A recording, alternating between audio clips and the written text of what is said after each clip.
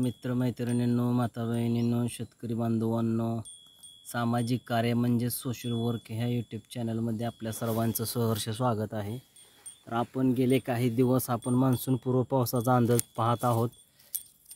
तर बऱ्याच ठिकाणी वादळी वाऱ्यासह मुसळधार ते अतिमुसळधार पाऊस झालेला आहे आणि काही शेतकऱ्यांचे खूप प्रमाणात शेतीचं नुकसान झालेलं आहे. कोणाचे बांधे वगैरे फुटलेले आहेत, तर नले तळे नाले सर्व भरून सांडव्याद्वारे पाणी गेलेलं आहे. तर सर्वदूर असा पाऊस हा मान्सूनपूर्वी झालेला असून अंदमान निकोबारकडून जे वातावरण तयार झालेले आहे ते आपण बघत आहात. तर मान्सूनचा जो पाऊस आहे तो अजून महाराष्ट्रात आपल्या आलेला नाही आणि जो कमी दाबाचं क्षेत्र अरबी समुद्रात आणि बंगालच्या उपसागरात झालेलं होतं तयार, तर त्याचा परिणाम आपण बघू शकता. तर महाराष्ट्रालगत सर्व राज्यांमध्ये भरपूर असा पाऊस झालेला असून गेले काही दिवस हवामान विभागानेही अंदाज वर्तविलेला होता. तर त्या अनुषंगाने आपण आजचा हवामान अंदाज काय आहे तो आपण पाहणार आहोत.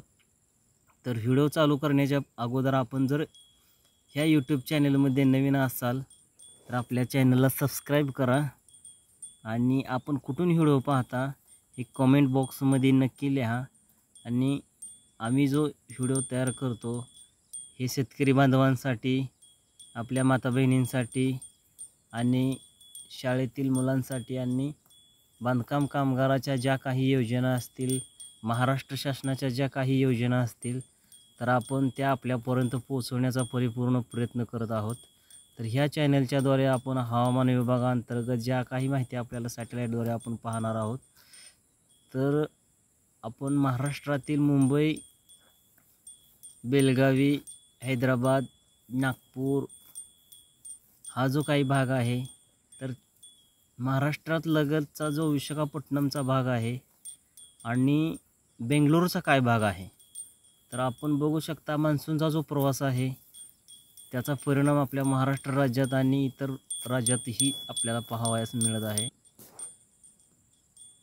तर गेले काही दिवस महाराष्ट्र राज्यातील काही जिल्ह्यांमध्ये मुसळधार स्वरूपाचा तर काही ठिकाणी रिमझिम स्वरूपाचा हा पाऊस सतत चालू आहे आणि शेतकरी बांधवांच्या जी काही रानातील कामे आहेत शेतीचे ते करायचे काही शेतकऱ्यांचे राहिलेले आहेत, तर काही शेतकऱ्यांनी जे शेतीतील मशागतीची कामं आहेत ती केलेली आहेत.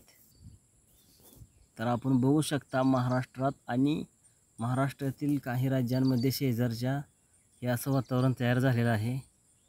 तर महाराष्ट्रातील काही भागांमध्ये नांदेड असेल, सोलापूर असेल, हैदराबाद, कोल्हापूर, हुबली, बालारीचा जो काय भाग आहे वर बघू शकता आपण, अकोला आहे, जळगाव आहे, नागपूर आहे, या भागामध्ये काही स्वरूपात रिमझिम तर काही स्वरूपात मुसळधार ते अतिमुसळधार विजांच्या कडकडाटासह पाऊस पडण्याचा अंदाज आहे.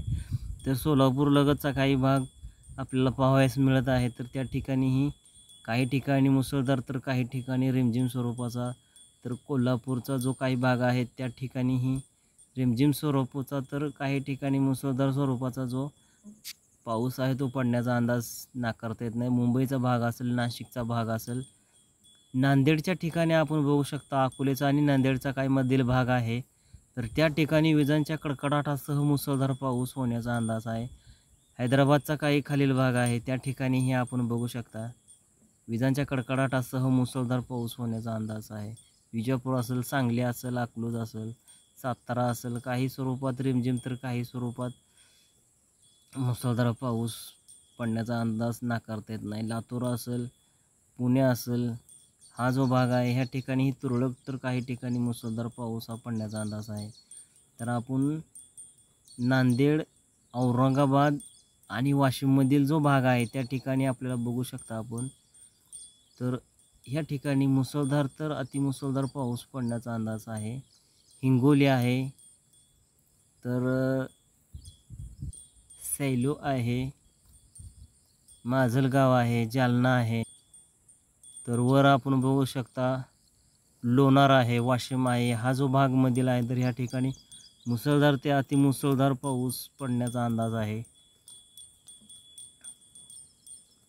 तर वर बघू शकता आपण अमरावतीचा भाग आहे, तर काही खांडव्याचा भाग आहे, तर काही नागपूरचा. तर आपण बघू शकता मित्रांनो, हवामान विभागाअंतर्गत आपल्याला जे आपण सॅटेलाईटद्वारे माहिती बघत आहोत,